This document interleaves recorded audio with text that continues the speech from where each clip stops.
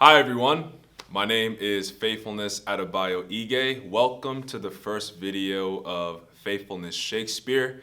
This is the introduction video where I'm going to talk a little bit about myself. I'm going to talk about the YouTube channel. I'm going to talk about why Shakespeare, and I'm going to talk about the next steps of this channel. This is going to be longer than usual. I'm hoping to sort of keep the videos from 5 to 7 minutes. But because this is the introduction, I'm going to talk a lot about the whole purpose of this whole show. So stick around, I promise you it's going to be worthwhile. So a little bit about me is I am a working actor and model based in Los Angeles, California. I'm 23 years old. I graduated from the University of California, Riverside with a bachelor's in theater arts. And it was there that I actually started acting. So I started acting when I was 19 years old. It was I think it was like my sophomore year. And that's when I left competitive sports and really started to get into acting and modeling. And since then, I've been able to do a lot of projects that I'm very proud of. I've been able to work with Adidas, the 2020 Olympics, and work in short films, theater, commercials, print. It's been really fun so far, and I'm really grateful. And also, I work administratively. I was able to intern at the Oprah Winfrey Network, as well as the Los Angeles Department of Cultural Affairs, and most recently, Creative Artist Agency. So I've had a balance of creative and administrative work, and I feel like that has opened up a real awareness about the entertainment industry. And I think that it's really put me in a pretty good place, at least like understanding everything. Why Shakespeare? I have a couple reasons. The first reason is that I've been inspired by my friends. I've been watching their YouTube channel and I think their material is really cool. And I'm just like, I definitely want to get involved in this community, but I didn't really know what to talk about. So I told you before, I am an actor. And I definitely wanted to choose something that would actually help me to grow as an actor.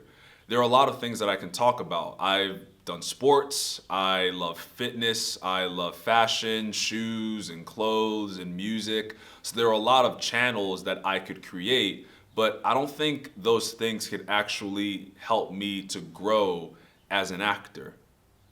Like I said before, I did sports. I was on scholarship to run at UC Riverside. I did the hurdles there, and I did that for about 2 years. But then I realized that I wanted to devote more time to becoming an actor. So I decided to leave competitive sports, and the very first class that I took was a Shakespearean class. And this completely opened up my eyes to what acting really was. The breadth, the power, the words, the diction, just a lot of details that really started to grab my attention. And the very first play that I read was Macbeth, and we're going to be talking about that later. And the story just honestly resonated with me so much. That's my favorite Shakespearean story. And so I really started to see, wow, I'm really interested in this material, and this actually really starts to bring my heart out as an actor.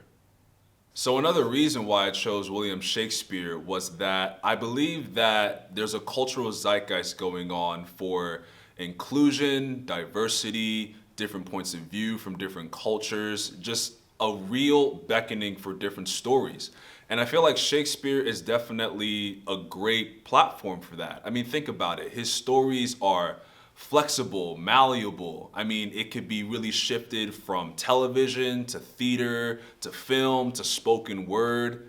I mean, today is April 23rd. So this guy passed away, this brilliant writer, over 400 years ago. And we're still studying his story, still going into his imagination. And I think that's just an indicator that this guy really had something great to offer. And I'm a Shakespeare nerd. It just goes straight into my heart, and I just really enjoy this stuff. So, I mean, I'm gonna keep it real. There's a really big reason to why I chose Shakespeare. So, in the world of theater, the playwright is the most powerful person when it comes to a play.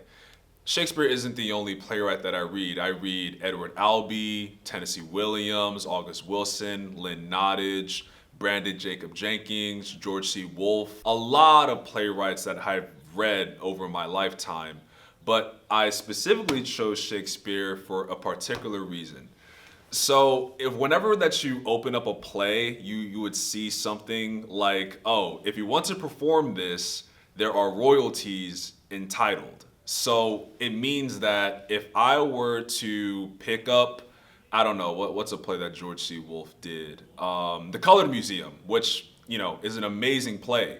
But if I wanted to do the Colored Museum, I would actually have to contact the agent or manager of George C. Wolfe and figure out a way to pay royalties. And no, I'm not doing that. But with Shakespeare, this guy has been dead for over 400 years. And I have this wonderful book of sonnets. It has all of his sonnets. I think there is 154. And I have this big book complete with Shakespearean plays. So this was $10 and this was $2. So I'm getting all this life, all this world, all this imagination for $12. I'll take it. Shakespeare is an amazing writer. I mean, ask every actor what their dream is. It's to perform great writing. If you look back at a lot of award-winning actors' performances, it could be traced back to what the script was like. And I think I can understand where everyone's coming from in a sense of that it's old English, I don't understand it, it bores me, and et cetera, et cetera. Listen, I completely get it. It challenged me for years. But my teacher explained it in a way that just think of it of this is how this particular human being talks. This is how they express themselves. Just how someone from the South talks with their jargon, with their slang, just how someone from New York talks or from California or the Bay Area. It's just how this particular person is trying to tell you what they're going through. So have confidence in yourself. You definitely understand Shakespeare. Try not to make it an intellectual activity, but try to see it from your heart. And I definitely feel like you're gonna have more fun than just trying to nitpick it and trying to understand every single word, because some of it you're not gonna understand, but I do believe that you're gonna understand the situation. Because I think what makes Shakespeare so cool is that a lot of the situations that were happening 400 years ago are still happening now. Like nothing is new under the sun. So I think it's interesting how I can still connect with the past and speak through that with my own experiences, my own imagination, and even the audience can definitely resonate it. So that's definitely really cool. So essentially, that's the vision of the channel. That's what Faithfulness Shakespeare is all about. So the next step is to get into the material. So the first play that we're gonna be working with is my favorite, Macbeth, the tragedy. And there's a reason behind it. I was able to perform a particular soliloquy for a audition for a study abroad program 2 years ago.